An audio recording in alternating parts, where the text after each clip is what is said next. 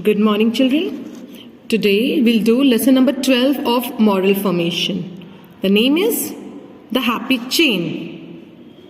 This is the last lesson of your MF. Notes I'll be sharing in the next video. So children, tell me, how many of you eat food while watching television? And how much time do you spend each day in playing video games and watching cartoons? If you do so, it is not good for your health.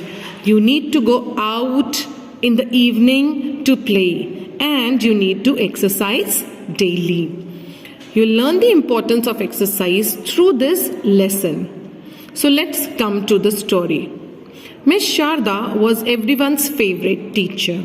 She was very compassionate. What's the meaning of compassionate, children? Compassionate means kind and loving, and knew how to engage the children in meaningful learning. So Miss Sharda was a school teacher and the favorite teacher of the students. She knew how to keep the students engaged.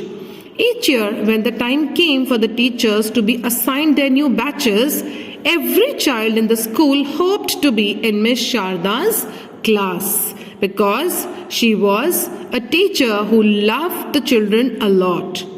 She would read out a lot of stories to the children and even enact them with the class. She used to tell the students so many stories and even act them in the class. She would often take them to the schoolyard with their books and teach them under the shade of the tree. Sometimes in the summer she used to take them and sit under the shade, and sometimes during winter she used to take the children and sit in the sunlight, bright sunlight in the morning.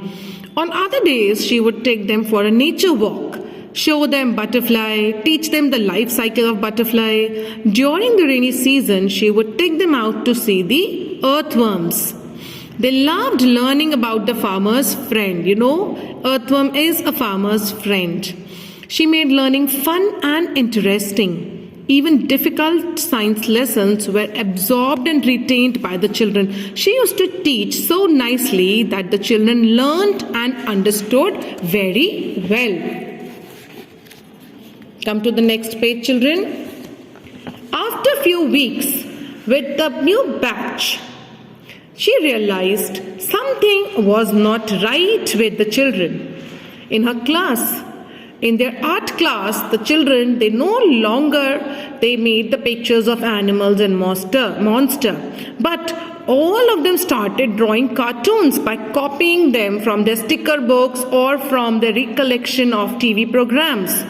The children must have started seeing TV a lot. That is why they stopped admiring nature, stopped loving nature. When she asked them about this, she realized they were spending more time playing video games than playing outside. Do you think it is correct, children? No, it's wrong. They were becoming couch potatoes. You know what is couch potatoes? The one who just sit on the sofa or on the couch watching television and eating junk food.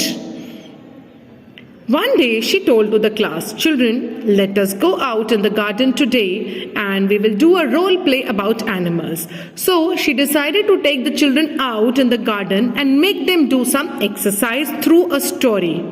She started a story.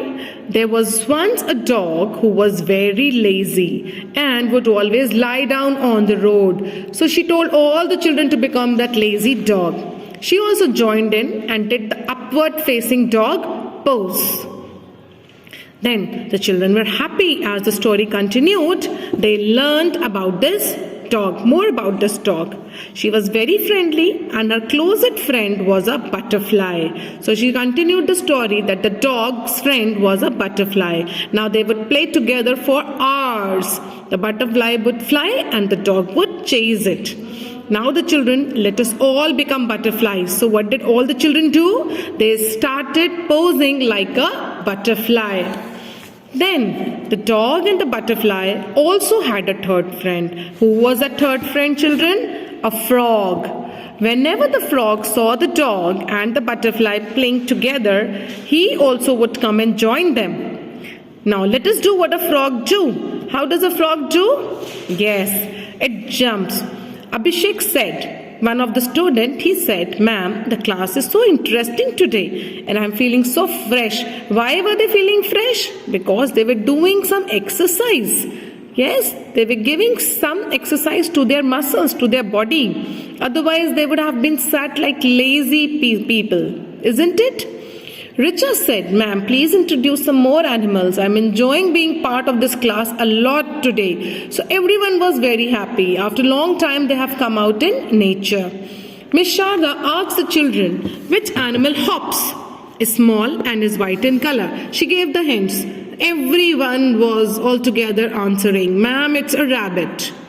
And within a few seconds, Miss Sharda became a rabbit, and in no time the children also imitated. Imitate means to copy her, and they also became rabbits. "Now let them all rest under a tree," said Miss Sharda, and became a tree, planting her feet firmly on the ground. Now let us wish namaste to all of them and go back to our class. So she made another pose of doing namaste, said Miss Sharda, and the children followed her back to the classroom. Miss Sharda told the children, "My dear children, I want you to do these asanas every day." Now you understood, children, what was Miss Sharda making the children do? She was making them do different asanas of yoga, so that you stay physically fit, so that they can stay physically fit. If you are physically fit, you will be able to concentrate on your studies. Yes, and when you concentrate, you will perform well and get good marks. And when you get good marks, you'll be happy and your parents will be happy.